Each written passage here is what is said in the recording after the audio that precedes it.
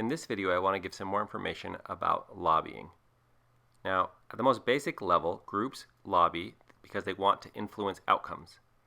When it comes to direct lobbying, groups work to get access to politicians. Donating money lets politicians know that the lobbyists are like-minded, and so that politicians have reasons to open their door and grant the lobbyist access. When they get access, interest groups provide information to the legislator. This includes election information, such as information on what matters to voters, legislative information about what the other legislators think, and policy information about the likely effect of the policy choices, as well as example bills that will help save the legislator time. After getting access, legislators are more likely to listen to the group lobbying if the group has expertise in the area. In other words, they are a good source for information on that policy.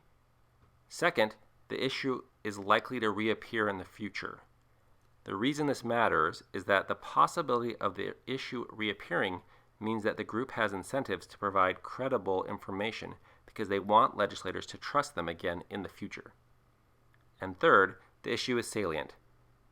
If voters care about the topic, then politicians are going to prioritize learning about the issue so they know what they should do to make voters happy. Access doesn't guarantee influence, but by giving information, groups can potentially have influence. When groups lobby, they are most likely to affect outcomes when issues are less salient. There are two reasons why salience matters. First, when issues are less salient, voters are less likely to care about the issue, giving politicians the ability to change how they vote without the risk of losing their next election. Thus, less salience gives them some leeway. Second, less salient issues are more likely to experience one-sided lobbying. When there are competing groups lobbying on both sides of the issue, they are likely to cancel each other out. But when there's lobbying on only one side, the lobbying is more likely to have an influence.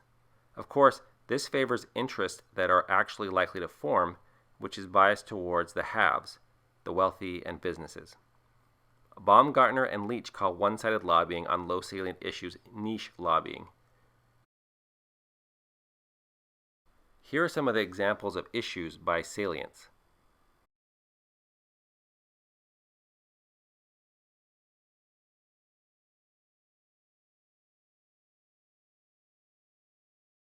As an example, let's talk about the Bankruptcy Reform and Consumer Protection Act of 2005. It made it more difficult for individuals to declare bankruptcy and forced those that did to repay a much larger share of their previous debts in less time after they declared bankruptcy. The bill was supported by the banking and credit card industry, who were well organized. The bill would hurt individuals that would declare bankruptcy, but this group is not well organized. Further, this bill was one that didn't receive much attention. Here's data on how often the word bankruptcy was used in the press. The blue line is the coverage during the year that the bill was passed, 2005. The other lines represent the press coverage from the year before and after, 2004 and 2006. There were a few peaks of coverage during the weeks that the bill passed a chamber in Congress and when the president signed the bill. However, the rest of the time, this issue received the normal amount of press coverage that it would receive at that time of the year. This was a low salience issue. This type of issue, which is low salient and experiences one-sided lobbying, is the very type of issue where we're likely to see some impact from lobbying.